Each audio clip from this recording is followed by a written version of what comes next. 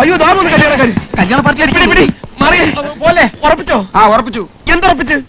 എന്താ 101 പവനാ ഉദ്ദേശിക്കുന്നത്. വേണ്ട പോലെ ചെയ്യാന്ന് മുത്തശ്ശി പറഞ്ഞിട്ട്. അതങ്ങനെ പെട്ടെന്ന് ഉറപ്പിക്കാനൊന്നും പറ്റത്തില്ല. അതിനകത്തൊക്കെ വേറെ പ്രസംഗമുണ്ട്. എന്ത് പ്രശ്നം? അല്ല ഈ കല്യാണം എന്നൊക്കെ പറയാണോ? എടോ ഇത് കല്യാണ മണ്ഡപത്തിന്റെ കാര്യമായിരിക്കും. അത് നേരത്തെ തന്നെ ശരിയാക്കിയാണല്ലോ. ഇനിയിപ്പോ സ്വർണ്ണ ഗോപുരത്തിന്റെ പണി മാത്രമേ ബാക്കിയുള്ളൂ.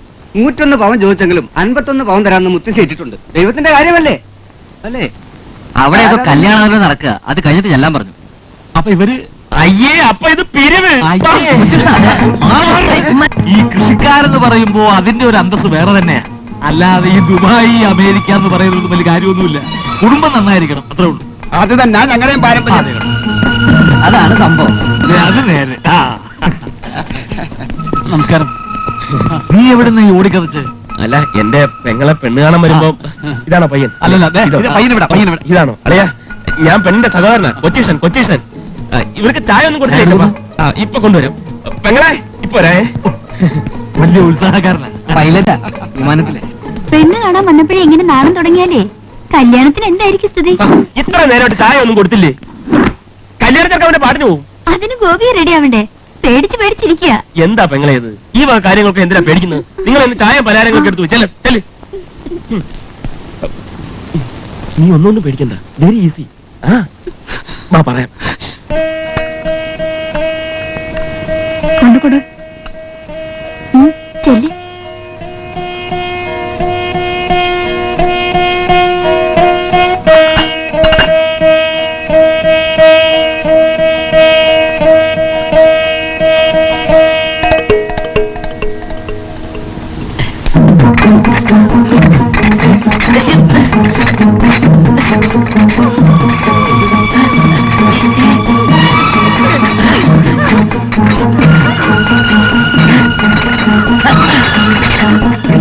ഇത് ചുഴലി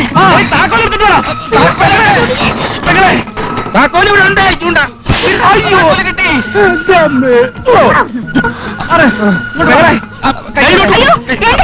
കയ്യിലോട്ട് വിടും. മുറുക്കി പിടിച്ചോ. പിടി. പിടിച്ചോ. മുറുക്കി പിടി. എന്നാലും എന്റെ ദൈവമേ, ആ സമയത്ത് തന്നെ ഇങ്ങനെ വന്നല്ലോ. കഷ്ടമായിപ്പോയി. ഇതിനു മുൻപ് ഇങ്ങനെ വരാറുണ്ടോ മോളെ? പേരുകേട്ട തറവാടാ കണിമംഗലം. ഇതുപോലൊരു ബന്ധം എനിക്ക് കിട്ടുവോ? അവൾ ആകെ അപ്സെറ്റ് അമ്മായി. പെങ്ങൾ വിഷമിക്കണ്ട. ഇതിനേക്കാൾ നല്ലൊരു ബന്ധം ഈ ആങ്ങള കൊണ്ട് തരും. മുത്തശ്ശി ഗോപിക്ക് എന്താ കഴിക്കാൻ കൊടുക്കേണ്ടത്? എന്തെങ്കിലും ഫ്രൂട്ട്സ് ഐറ്റംസ്, മരുന്ന്? ഒന്നും വേണ്ട. ഹോമിയോയിൽ ഇതിന് നല്ലൊരു മരുന്നുണ്ട്. ശാലം കൂടെ കുറച്ച് ദിവസം ഇവൾ ഞങ്ങളുടെ കൂടെ വന്ന് നിൽക്കട്ടെ. എന്തായി? പ്രശ്നമുണ്ട്. അവരെ കുറ്റം പറഞ്ഞിട്ട് കാര്യമില്ല. അസുഖമുള്ള കുട്ടിയല്ലേ. ഞാൻ പോയി അവരോടൊന്ന് സംസാരിച്ചാലോ? അത് ഞങ്ങളൊന്ന് സംസാരിച്ചു നോക്കാം. അസുഖം മാറുന്ന ചിലപ്പോ അവരുടെ മനസ്സ് മാറിയാലോ. അതൊന്നും വേണ്ട. കേട്ടോ അമ്മേ, നമ്മുടെ വടക്ക് വശത്തുള്ള ഒരേക്കർ തെങ്ങും തൊപ്പൂടെ കൊടുക്കാമെന്ന് പറഞ്ഞപ്പോ അവരങ്ങ് സമ്മതിച്ചു. അതവിടുത്തെ അല്ല, അതേതായാലും നന്നായി.